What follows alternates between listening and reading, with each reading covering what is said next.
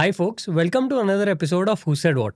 I'm your host, Krishna, and for those of you who are new here, let me quickly set up some context for what this show is about. See, the idea is that I'll pick the most interesting and juiciest comments from business leaders, fund managers, and the likes and contextualize things around them. Now, some of these names might not be familiar, but trust me, they're influential people and what they say matters a lot because of their experience and background.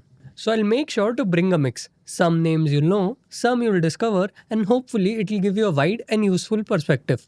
For all the sources mentioned in this video, don't forget to check out our newsletter. The link is in the description below.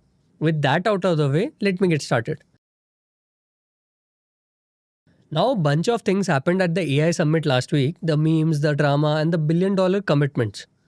But one specific comment from Sundar Pichai stuck with me. Here's what he said. Or taking my parents for a fully autonomous car ride in San Francisco. Seeing a Waymo right through my 83-year-old dad's eyes, I saw the progress in a whole new light. Of course, he said he'd be more impressed if it worked on India's busy roads. Still working on that one, Dad. Now, of course, this was said lightly, but this comment is actually very interesting, at least to me.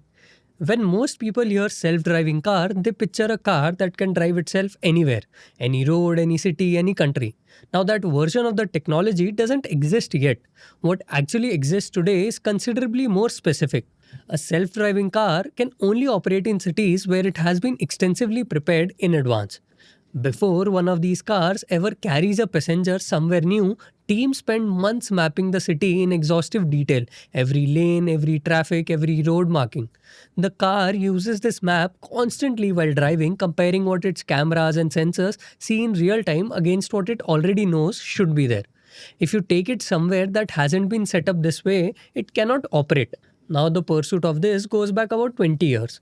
In 2004, a US defense agency called DARPA offered $1 million prize to any team that could build a vehicle to complete a 142-mile course through a desert with no human driver.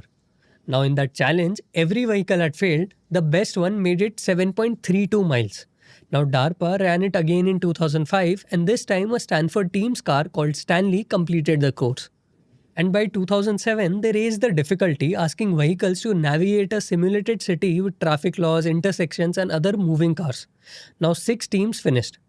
Google recruited the engineers who did well and launched its self-driving car project in 2009. Now that project became Waymo, which spun out as a separate company in 2016 and is today the most advanced commercial robotaxi operation in the entire world. Waymo currently runs 2,500 cars across 6 American cities and completing around 450,000 rides per week. In 2025 alone, it did 15 million rides, 3 times its volume from the year before, and it just raised $16 billion in new funding round. Now by the end of 2026, it plans to expand to 20 more cities including London and Tokyo, its first markets outside America. Tesla is also running a robotaxi pilot in Austin, but its cars still have human supervisors inside. It isn't driverless in the same sense. China is the other major story, with Baidu's Apollo Go operating across 22 cities and a company called Pony AI claiming fully driverless commercial services across 4 of China's largest cities simultaneously. The technology is real, it is scaling and the money flowing into it is serious. The difficult part of this story though is that the gap between working in specific cities and working everywhere turns out to be enormous.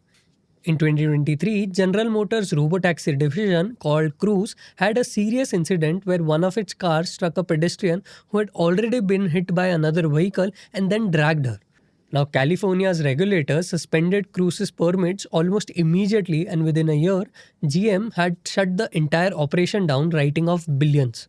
Now, beyond safety, there is also a straightforward political problem here.